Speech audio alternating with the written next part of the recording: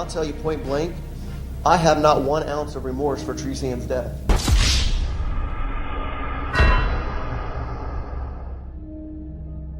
Do you too get mad if someone refuses to apologize after they do something wrong? Even worse is when they don't even show any remorse. Let's look at these killers who showed no remorse in court. Randall Moore. A man convicted of killing his estranged wife said at his sentencing that he has no remorse for her death. Exactly 1 year ago Thursday, a hostage situation in Des Moines ended with Teresa Ann Lynch Moore dead and a police officer injured. Randall Moore was convicted of kidnapping and killing Teresa Ann Lynch Moore. Randall Moore also shot Des Moines officer Todd Rowland.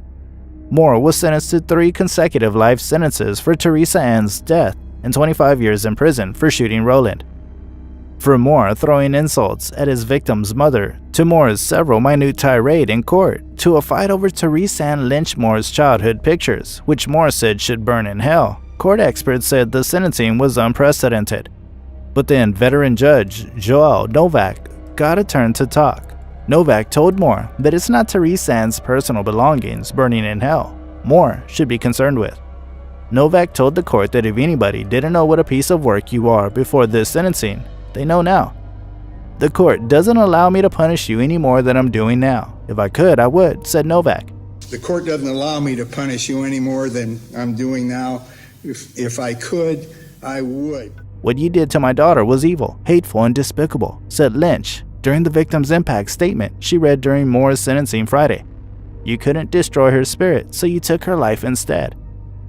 Before the sentencing, Moore and family members had a chance to read victim impact statements. Moore spoke for close to 11 minutes. And I'll tell you point blank, I have not 1 ounce of remorse for Teresa Ann's death. It could have all been prevented.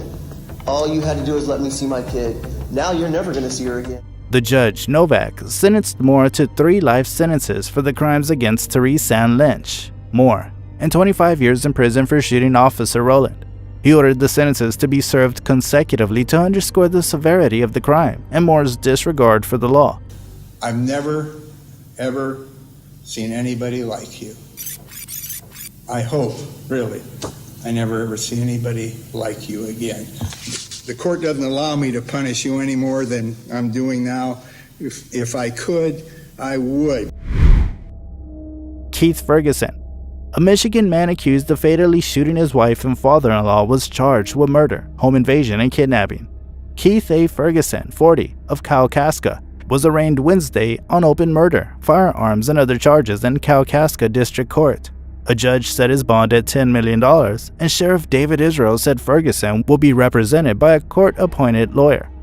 Keith Ferguson shot and killed his estranged wife, Tiffany Ferguson, and his father-in-law James Weber last November in Kalkaska County. The crimes left Ferguson's 4 children without a mother. Authorities arrested Ferguson after he released a hostage and left a home where he'd barricaded himself for several hours beginning late Tuesday.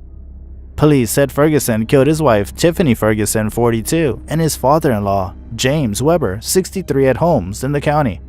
All the evidence is there, the sheriff told the Associated Press. We've got witnesses. His own children witnessed him shoot these other family members. We've got admissions from him in roundabout ways.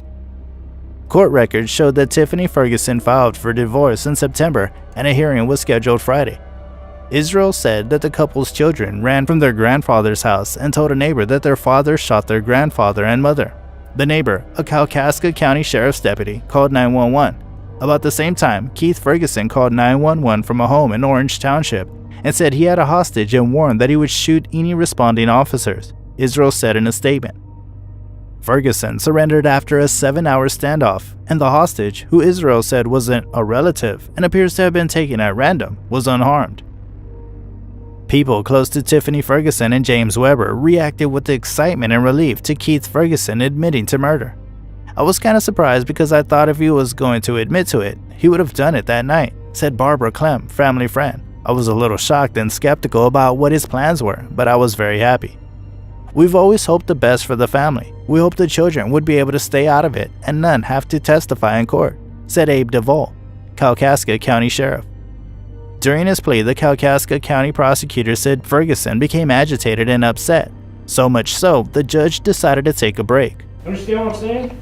You know, let's just make this painless and not give me my 100 years or whatever and get me the out of here. That's what I'm trying to do. Okay, well do it. You understand me? What you want. I'm not doing this in front of these stupid cameras and these inbreds. Ferguson came back and was much calmer.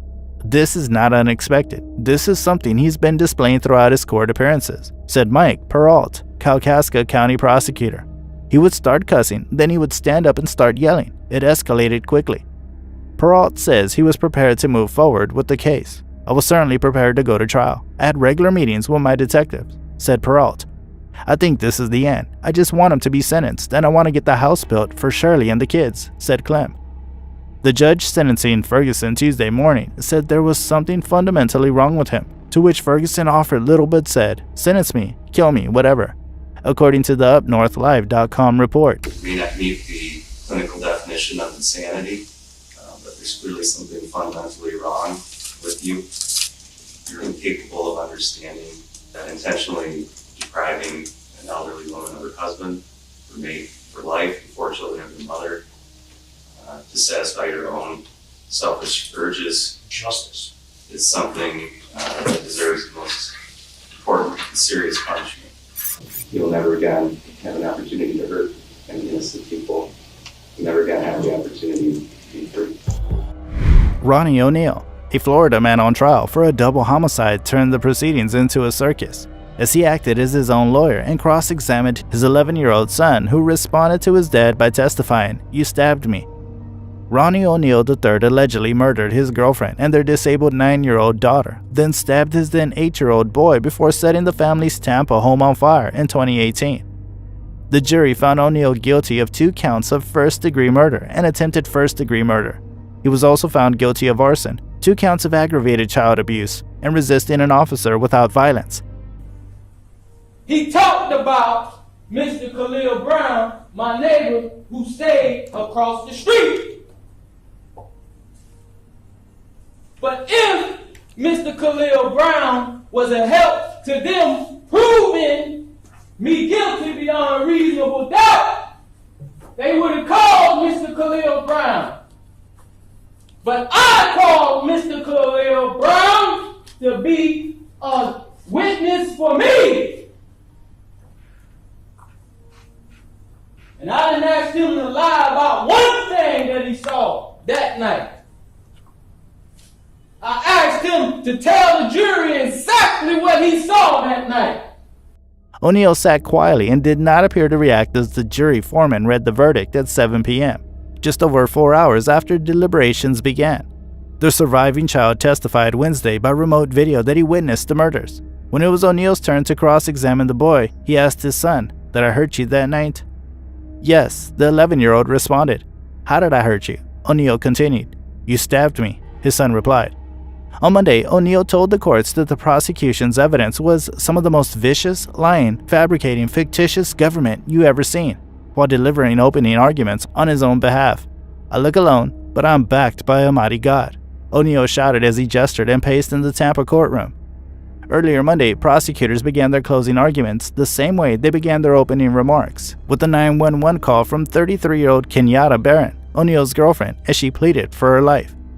Prosecutors said by then she had already been shot, and while the recording continued, O'Neill can be heard beating her with a shotgun. O'Neill chose to represent himself, much like his opening statements 1 week ago. You heard Mr. Khalil Brown. You've been hearing me for 2 weeks now, telling you that they committed criminal acts against me with the 911 calls and that fraudulent video that they just showed y'all. He yelled as he spoke to jurors, saying his son's statements were inconsistent and he believes his son was likely coached by the Hillsborough County detective who later adopted him. "I did kill Kenyatta Barron, but I want you to tell it like it is if you're going to tell it," he said. In the middle of the night in a Riverview neighborhood, neighbors woke up as the violent rampage took place. Soon after, first responders arrived at the gruesome scene. One neighbor testified saying he watched O'Neill strike and shoot Barron. Her body was found outside her home. The young man witnessed Barron running for her life and described it in detail to the jury. His wife tried to run away and he went and he grabbed her and he stood over her, striking her 3 times, and he shot her, the man testified. Prosecutors said O'Neill used a hatchet to kill his 9-year-old daughter, Ranavea, who had special needs and could not talk. One firefighter testified and recalled carrying the daughter's body out of the home. O'Neill tried to fatally stab his 8-year-old son before setting him and the house on fire. The boy's name is also Ronnie, although he now has a different last name after being adopted by one of the detectives in the case. Borough County deputies testified that moments after their arrival, O'Neill's son staggered out of the home, suffering from several stab wounds and severe burns. O'Neill maintains he killed Barron in self-defense after she attacked their children. Prosecutors said the surviving son ran out of the burning house and described what happened. The first words that came out of this brave boy's mouth, "My daddy killed my mommy," Assistant State Attorney Scott Harmon told the court. The jury also heard a 911 call Barron made after she had allegedly been shot. "Okay, Ronnie, I'm sorry," she said as O'Neill was heard yelling in the background. "I'm so sorry, help me. I can't move my arm. My arm is shot up. Ronnie, please." O'Neill told the jury cops fabricated the evidence and coached his son a lie. "The evidence is going to show that I love my children," O'Neill told jurors. "The evidence will not show you that my son witnessed me beat his mom to death, nor did he witness me shoot his mom. In fact, he didn't witness much at all."